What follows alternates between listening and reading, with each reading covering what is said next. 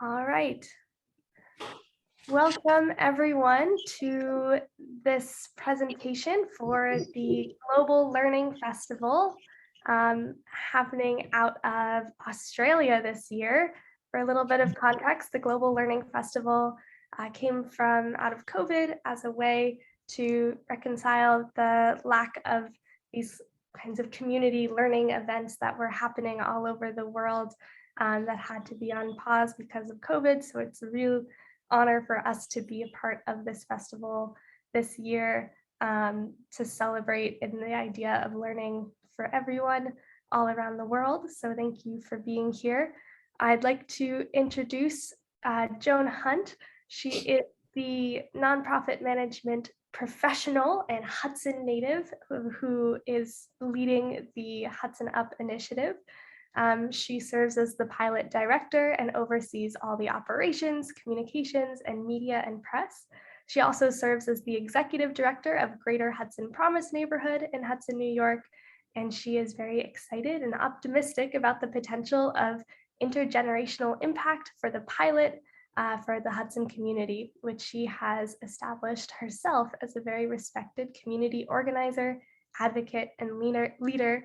And it is a huge honor to have her here with us today. Thank you so much, Joan, and I will pass it over to you. Thank you, Jenna, and happy birthday again. Everyone, please wish Jenna a happy birthday. Thank you for that wonderful introduction. That was very generous of you. So my name is Joan Hunt, and as Jenna mentioned, I am the pilot director for HudsonUP. As you will hear about today, HudsonUP was one of the first universal basic income pilots to launch. And I think we were the first in a small city in the United States. And so it's super exciting work that's happening here. And I'm just excited to dig in today. Before we get started, I would love to hear just from who's on the call, just your name, your affiliation, and where you're joining us from, and then what interests you about universal basic income. So if someone just wants to jump on and introduce themselves and where they're joining us from, that would be great.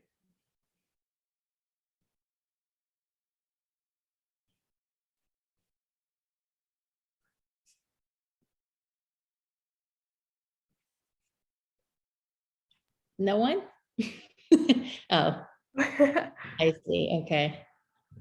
If you want to introduce yourself in the chat, that's fine too.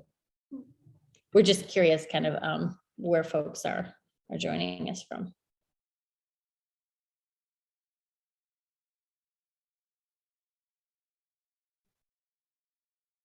Cool. And Yana, where are you studying?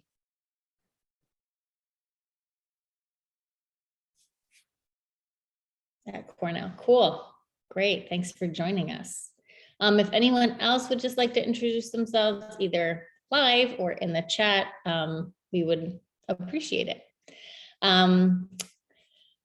Okay, if we don't have anyone else, I think we can just jump into the presentation. And if folks join in, Jenna, maybe just a welcome message in the chat would be great. Thank you.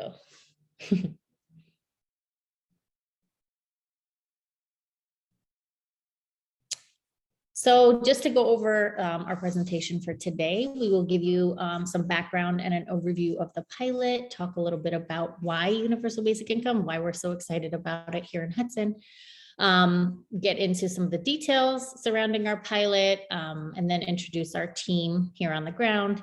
And then I'll share my contact information, and there will be some information on how you can learn more about UBI. So to start with some background, I don't know where folks are sort of in your knowledge of UBI. So just to give you some context, universal basic income, or as some people call it, unconditional basic income, is a guaranteed periodic payment made to all people, regardless of the means of individuals. So this is sort of its definition broadly. Usually it's envisioned as a government public benefit program, but the concept has long been considered as a tool for alleviating poverty and stimulating economies. So across the nation now, we're seeing universal basic income pilots. We're also seeing basic income pilots, as well as sort of conditional pilots. So support for UBI in the United States dates back to as early as the nation's founding, with advocates including the philosopher Thomas Paine and civil rights leader Martin Luther King. So a lot of people don't know that connection exists, but it's pretty neat to understand that history. So recently, the idea has enjoyed a great deal of national attention in light of the ongoing pandemic and resulting economic crisis. So I think some frame of reference here, if we think about the stimulus payments or currently the child tax credits, those are both kind of ways to connect the world of UBI to what's happening nationally at the moment. So UBI can provide an additional source of economic resources without requiring anything in return. And that's really key for this work here, is that this is unconditional payments to individuals. So just some background on Hudson. So Hudson, New York is a small and diverse community. We're actually a small city of under 7,000 residents. Our demographics in many ways do represent communities all across the country. Third of the residents live below the poverty line. And this is like one of the reasons we're really excited about Hudson as a pilot city for UBI, and, you know, watching sort of the impact on our community over the 5-year pilot period. So the pilot is supported by the Spark of Hudson and was designed in very close collaboration with the community of Hudson. Later, I'll introduce our steering committee, or advisory board rather. And elements of the pilot, including the application selection process, as I mentioned, including the eligibility criteria and outcome measures, were designed in collaboration and tailored to fit the needs of Hudson.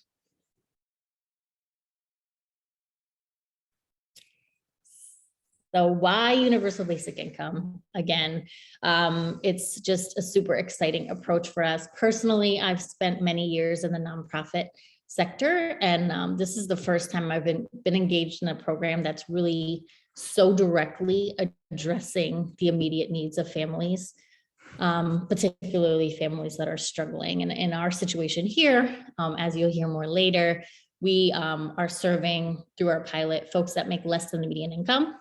So we do have families that are kind of like just making it and it's still struggling. And then we have families that have greater needs.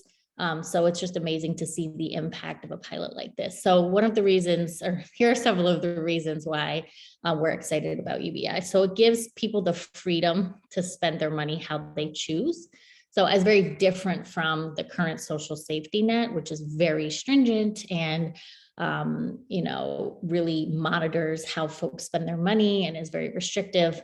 UBI really gives people the freedom to move and live with whomever they like, access to preventative health care, the freedom to start a business if they choose, to create art and music, conduct scientific research, spend time with friends and family, enjoy and take care of nature, to be politically active. And one of the things that is not listed here, but that I've seen and I feel is really important, is to enjoy maybe small luxuries that they may have not had the opportunity to enjoy previously. And so for folks with resources, that's something that maybe is not often considered, but it's a really important part of UBI, and something that we've seen early on with our participants is just self-care and doing things for themselves that they may have not been able to do before.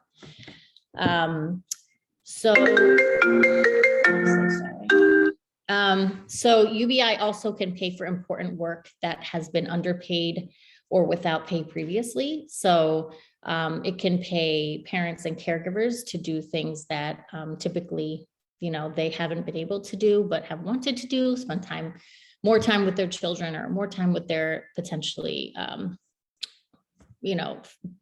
family members that need more attention and more care. It can also pay teachers and educators, activists, inventors, innovators, and thinkers, and as we mentioned, artists as well. So here are just some quotes from participants. This is from our wave 1 of research that was conducted by our principal investigator, Dr. Leah Hamilton, out of Appalachian State University. So she is doing a very intense mixed methods research process with participants in both our first and second cohort of the pilot. And so here are some quotes. I won't read them all, but you guys can kind of read through as I go along. But to one of our points previously, it's aiding me with providing for my son, assisted paying my rent. It has been a positive impact on my financial situation. I think it's affected my family because my kids don't see me stressing as much as trying to continue to keep food in the house or snacks in the cabinet. So this is one of the biggest things we've seen early on, is just an alleviation of stress and folks feeling like they know they can count on this additional $500 coming in every month at the same time. And it's just been a huge relief for many families that were unsure of sort of where or how they could make ends meet. Folks have started businesses. Some folks are saving. So I'm trying not to touch it because I really want to use it to set myself up for the future. So for the first time for many participants, this is an opportunity to save. And we know how important that can be for many reasons. And then it's really raising awareness of like UBI and what's going on nationally. So HudsonUP really opened my eyes up to see what is needed in this country, and that's UBI. So that's something that many of our participants now feel very strongly about, which is exciting. So now getting into the pilot, we are going to share a video from PBS NewsHour that gives some more details and kind of can give you a visual of what the pilot looks like and introduces you to one of our participants as well. So we hope you enjoy this. HudsonUP growing in our community, and really like sort of the effects that it has not only on the individuals, but more broadly on the families and the broader community. So so yeah, in total over the 5 years, I mean, I'm sure everyone can do some basic math, but that is $30,000 to each individual, which is significant. And people receive their funds every month on the 15th. We kind of did that strategically because oftentimes towards the end of the month is when folks run out of their benefits, if they are receiving benefits, and not all of our participants do. But we did want to keep that in mind when we decided on when the payments would go out. So just a little bit on our program eligibility criteria. All of this was designed in close partnership with our advisory board and through lots of community engagement sessions, conversations, workshops, one-on-one conversations. We just really wanted to be diligent in our engagement of the community as we launched this pilot. So participants must be 18 years or older, live in the city of Hudson, and make less than median income. Those are the only 3 requirements. And we have a very basic lottery form for folks to enter the lottery. And we also use a weighted lottery system. So based on the Opportunity Atlas data set, I'm not sure if folks are familiar, but it's a really amazing data set that looks at sort of racial and economic sort of impacts on marginalized communities. And we use that data to sort of weight our lottery. So folks that have less of a likelihood to reach the median income are given more tickets in the lottery, if that makes sense. So it's worked beautifully in our how the lottery has run and who the participants are in our pilots currently. So local residents are involved in designing the program and providing active feedback. As I mentioned, these were some of the things that we did early on.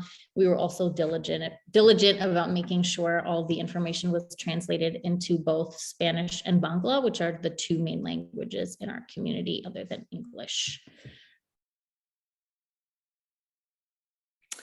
And you've heard me say this many times, but the payments are truly unconditional. There's no restrictions on how folks spend the money.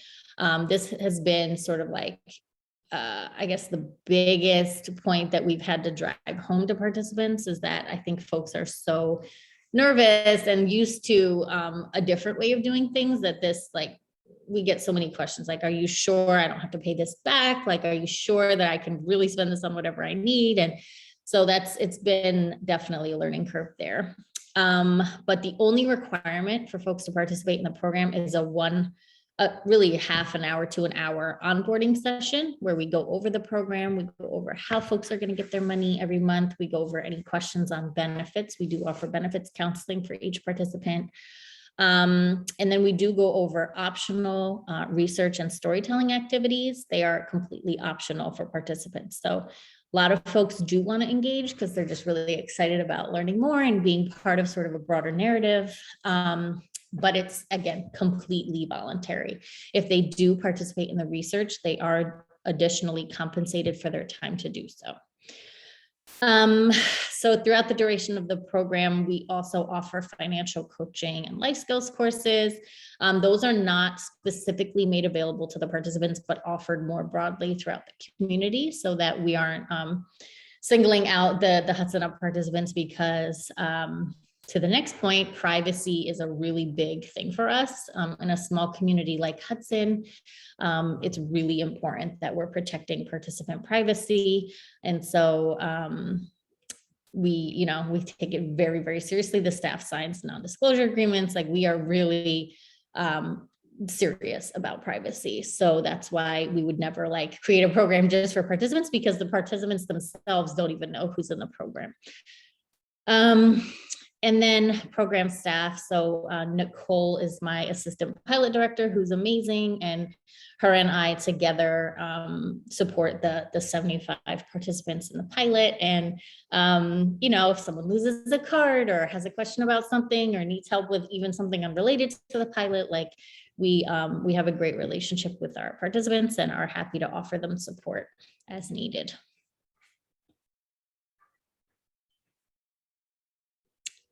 So here is the team. This is our, as I mentioned, our staff is Nicole, Fallon, and myself on the ground as program staff. And then the rest of the folks here are representatives on our advisory board.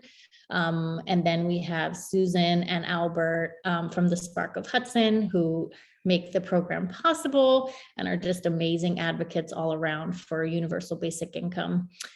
And also a key player here is Commissioner Bob Gibson of the Columbia County Social Services Department. And he is just a really huge supporter of the program, as well as, of course, our dear Mayor, Kamal Johnson, who's also been a real advocate from the very beginning and is also part of the Mayors for Guaranteed Income Network that's engaging mayors across the nation in conversations around UBI.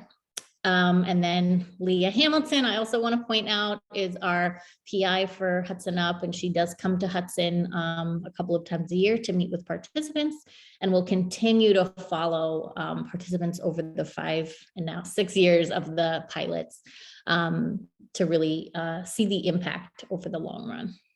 And then, of course, all of our other advisory board members are super key as well. We're thrilled to have Lyra Campbell, who's actually a participant. So she gives a very unique perspective on our advisory board as well. But yeah, that is our team. We have a really amazing group of folks that are super committed to the work and also committed to Hudson. And this is our contact information. We do want to provide plenty of room here for discussion or any questions you all might have. But if there's anything that comes up after, this is how you can reach us. I'll also put my personal email in the chat as well.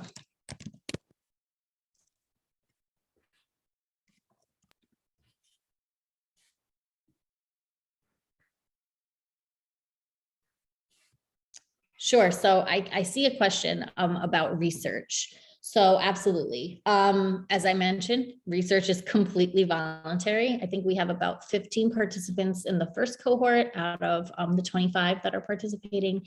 And in the second cohort, we don't have the final numbers yet because we just onboarded everyone. But it is a much greater number than 15. So we'll have a significant group. And so the type of research is, I don't want to say this wrong, it's a very tricky word, but phenomenological, I believe it is. And it's very heavily qualitative. So she's doing long form interviews with all of the participants. We also are participating in surveys that are being sent out across the nation to many UBI pilots. That survey was developed by the researchers at the Stockton pilot, Dr. Stacia Martin West and Amy Castro Baker. And so we're using that to sort of contribute to the broader narrative nationally on UBI. And it's also just, allowing us to see incremental progress over every 6 months. So yeah, that's the type of research. I think we are actually getting ready to release our year 1 report in the next couple of weeks. So definitely keep your eyes out for that. We'll be posting about that. But lots of quotes and lots of, just like around different themes. So we're trying to identify different themes that emerge from those interviews. But like I mentioned, stress, like a relief of financial stress is one. We're looking at like family dynamics and family relationships and how the pilot may or may not impact family relationships. Relationship to work is a big one. There's lots of, myths about UBI and folks not wanting to work anymore. And the research is pretty clearly challenging that notion. Folks actually, at least in Hudson, can't live on $500 a month. So we haven't seen anybody quit their job as a result of getting the pilot payments. They may be actually looking for jobs that are more meaningful or willing to take risks where they weren't before as it pertains to their employment. But we haven't had anyone say, oh, great, I get $500, now I don't have to work again. So that's definitely a myth we like to challenge. But yeah, does that answer your question about research?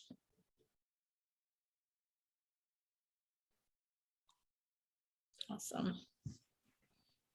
I had 2 quick questions, and you might have mentioned them a bit earlier on.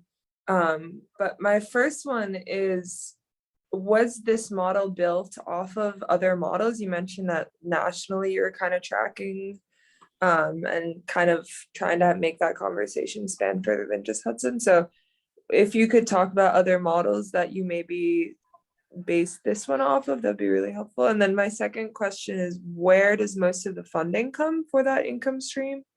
If you could go into that a little bit more. Yes, great question. So to your first question, as I mentioned, we were one of the first. Now there are like well over 100 pilots nationally, but we were one of the first. Yeah, so we leaned really heavily on the folks in Stockton that were about a year into their pilot of an 18-month pilot, providing, I think it was 125 folks in Stockton, UBI payments once a month. So we relied on them a lot for just like startup questions about forms and process and community engagement. There was a lot of, we had a lot of support from them. Yeah, did you model it similarly in terms of like, I guess, deciding frequency of payments and like duration and how, like the $500, I guess, where did that number come from? Yeah, so kind of, that's a good question. So the $500 amount comes from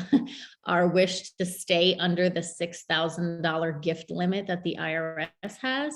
So we don't, participants are actually not taxed on this extra gift income. So we chose that number pretty strategically to stay under the $6,000 limit.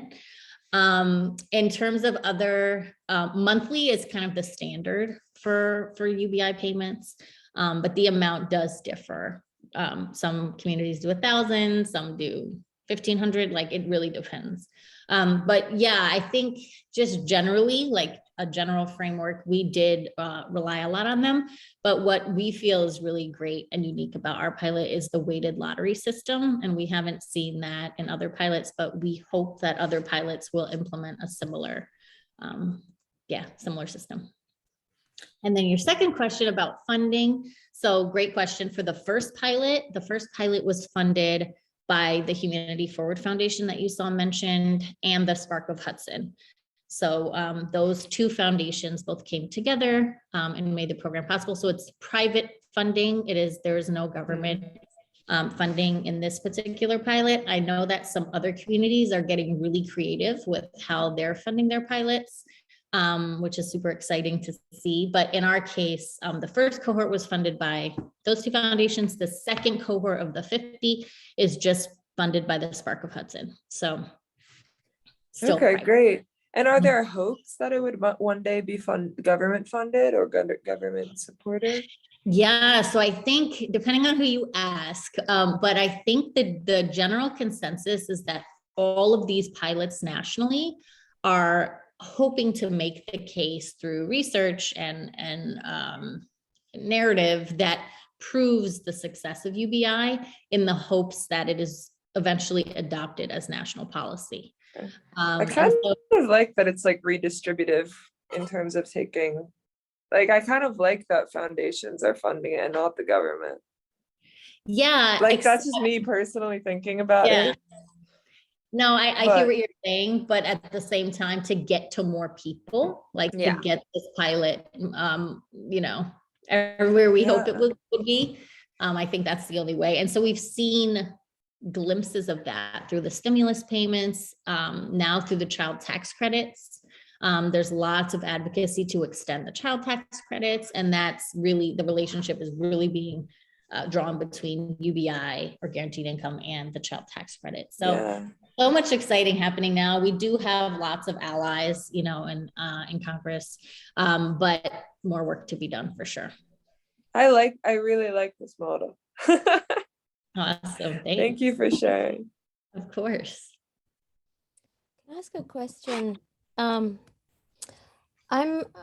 curious about, so you were just talking about how to scale this. And so one way to scale is to have government financing, which then offers this redistributive component because you're now potentially taxing wealthy to finance this. But otherwise, how can you scale it? If there wasn't a government financed role, how can you scale it? And it's interesting to me, though, this statistical probability that, you know, because of course you can make it less likely that you're going to accept it, but in a way you are including everyone in Hudson has an opportunity, which would mean that everyone then might feel like, well, I all have a chance to participate, and therefore why should I be against it? Why should I see that these people are getting something that I'm not getting? Or do you hear that pushback? Like, oh, they get this and they don't deserve it. I deserve it more. Great questions.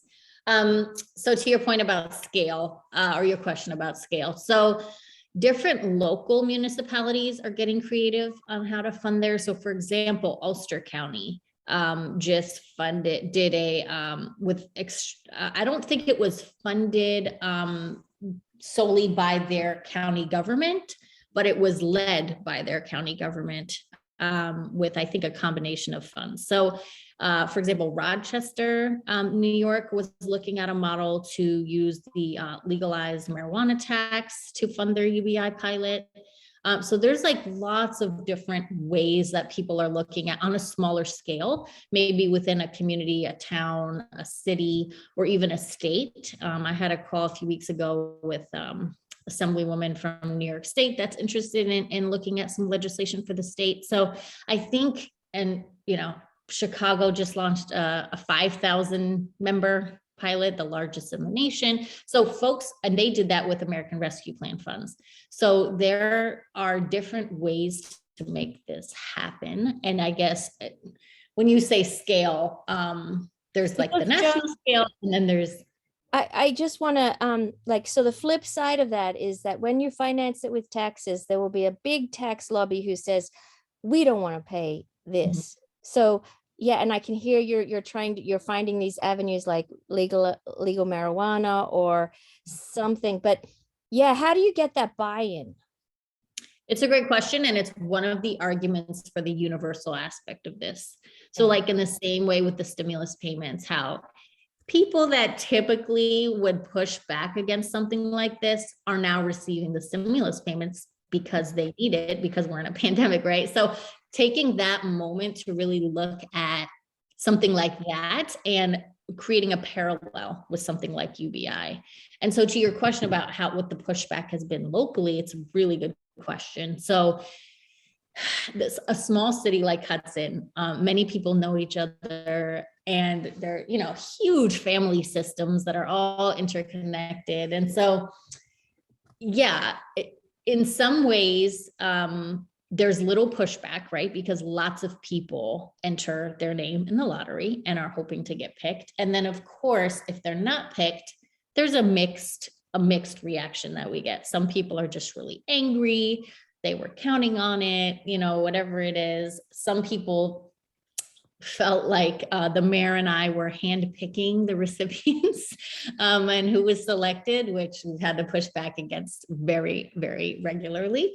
And so there small town, small city dynamics, there have been instances of pushback, but generally there's a lot of support and just a lot of, gratitude, and folks are happy, obviously, for one another, their neighbors, their family members, if they do know. But again, like, we do take privacy very seriously. So not a lot of people are out there in the open as participants in the program. And for those that are, we do try to be pretty strategic about who we position to speak publicly, and who might be a good fit for that. So, yeah. What comes up for me is there's a project at Bard College on sortition. And sortition is it's kind of like a UBI, but it's in leadership. So what it means is that, and what I'm thinking about is that, if Hudson distributed under people's door, let's say 2,000 envelopes where people are randomly chosen. And in that envelope, it says, you are now representing your town, and you can come to council meetings, and you come to a citizen parliament where you guys get to decide what to do. So this idea, sortition, which is the random representation of people to govern their society, the purpose is to make people feel like I'm part of the system. I am important enough to be part of the system. And I'm being called on now to be an expert. You can decline the position. But for example, right now, Belgium just put in a citizens parliament next to the politically elected parliament, and they have to talk to each other. And that idea of governance, this shared governance, but it's universal access, it's random, and it's representation. I think that's the same thing that we want for our economy. Super interesting. I hadn't heard of that model. That's really neat. I can put some links in the chat. Yeah, please. Awesome. And I'm curious, if I can, Leanne, what is your background? Where are you kind of coming from with your interest? I'm a local currency. I'm a monetary theorist. So I've worked quite a bit with Chris Hewitt on his Hudson Valley Current, but I work with lots of different local currencies. So so if you were to finance a project like this with a local currency, which means you are self-sustainably financing the system, then you have to put in place some sort of reciprocity between the people in the community. And if you can design a system of reciprocity, which means in goods and services, then you can finance that monetary distribution, because money in the end is just an accounting system. And so you have this accounting system, you decide how inclusive it should be, and you just have to make it sustainable. Then you don't have the, you still, you probably have all the same problems, but at a micro level. Yeah, fascinating.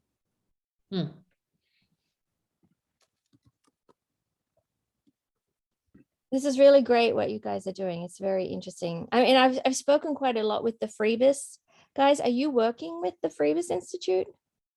Do you know them?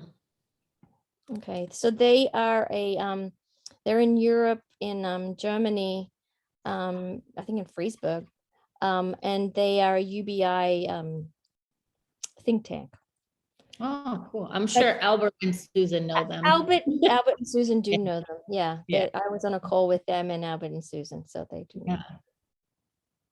Cool.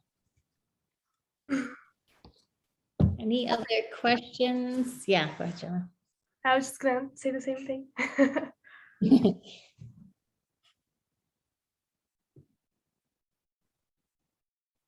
Angelica, Arina.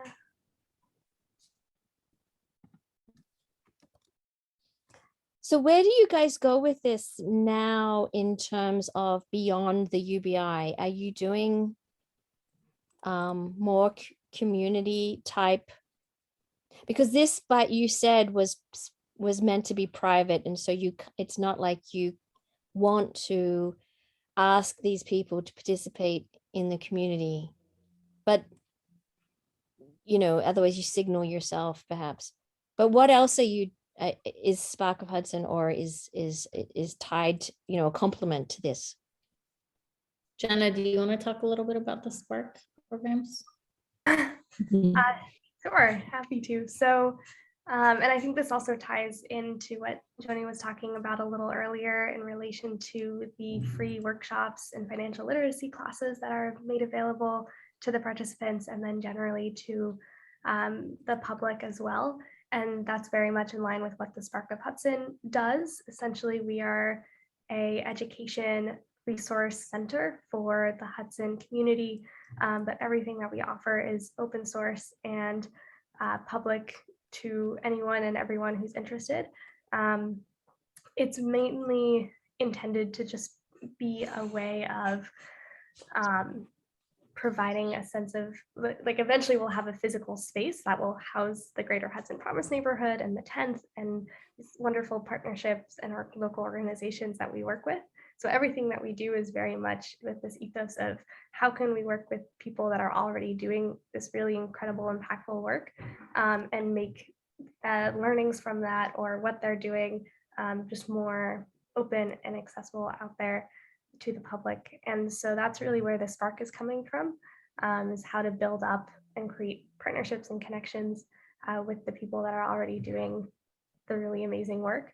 And so in relation to UBI and the HudsonUP program, that's why we're trying to do workshops like this or other kinds of ways of getting the learnings and the stories and the narratives out there into the world, and take it from there. Yeah, and on part of during our onboarding process with participants, we're big on consent as well. So we did ask each participant whether they consented to receive like notifications or updates on what's going on with the pilot and opportunities in the community. So we do now have like a list of folks that we can send these types of opportunities to, which it's different than a mass communication that goes out where people, which we would still do, but now we're able to kind of say, hey, like this is connected to the pilot, if you're interested, come. And people still wouldn't be able to say, oh, all the people that showed up are HudsonUP participants, because it is still open generally. But I think that targeted engagement is important. Have you seen this conversation like start trickling to other communities locally? Yeah, so I think Ulster is the closest to us, Ulster County, and their pilot was county-wide. Whereas ours was Hudson specific, very like 2.2 square miles specific, theirs was really broad, and it was open to everyone in the county to enter the lottery. And so I think that's the closest one to us. There are a couple others popping up across the state, a few in the city, New York City. And actually, if you're interested in seeing like a list of pilots, I think the Economic Security Project, I can put a link to their website in the chat. They have developed a pilot directory. So you should be able to see all of the UBI pilots across the nation. Cool, thank you. Sure.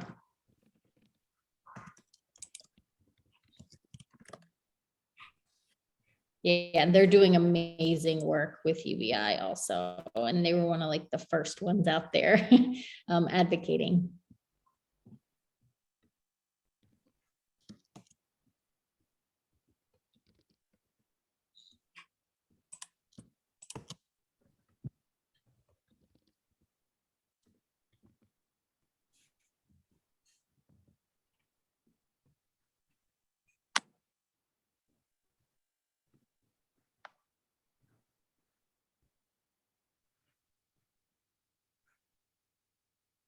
Right, I guess last call for any additional questions or thoughts.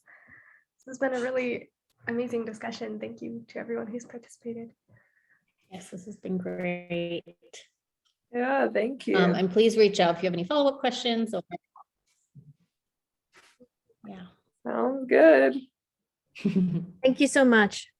Wonderful. Yeah, Sure. thank you. Nice to meet you all. Bye-bye. Bye.